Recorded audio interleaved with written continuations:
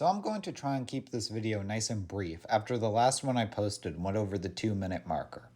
An argument you often hear in Canada against legal gun owners is firearm theft.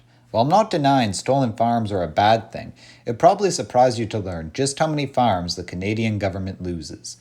However, let's go over the numbers first.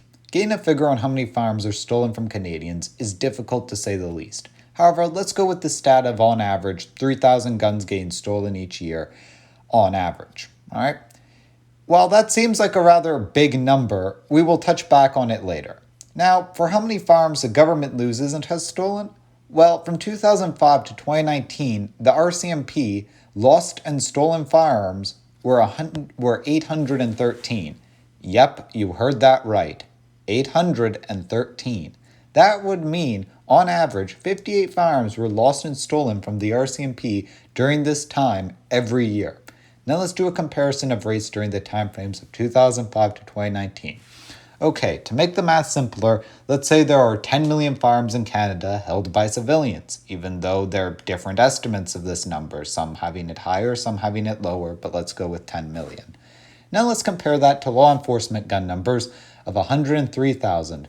42,000 guns were stolen from legal Canadian gun owners over a 14-year period versus the government's lost and stolen firearms at 813 over 14 years. If one was to do a percentage of what this would look like, you would get 0.0042% of firearms from legal gun owners getting stolen versus 0.0079% from the government, lost and stolen guns. Even if you ignored the guns lost, you would still get a whopping 0.0017%.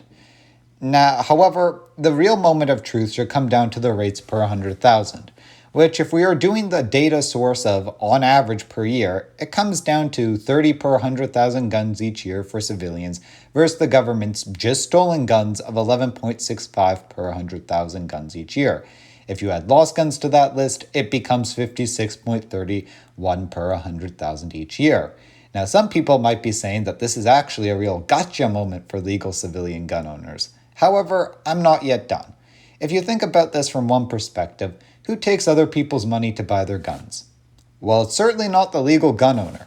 The government having such a high rate of stolen and lost guns every year should be rather quite a red flag, considering the fact they have literally millions, if not billions of dollars to store their firearms in a safe way.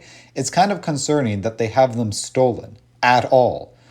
Not all gun owners have the disposable income to spend on a safe or 24/7 security like the government does for their firearms.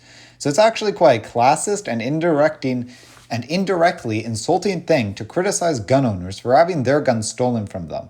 Yes, some people do store their firearms in a way that isn't very safe, and those people should be ridiculed. However, the substance hunter on a budget who could only afford a 3-pack of trigger locks and a cheap, ready-to-assemble gun cabinet from Canadian Tire should not be looked down upon so much for having their guns stolen from them versus the government institutions that have literally millions, if not billions of dollars to spend on this and who are supposed to be the best.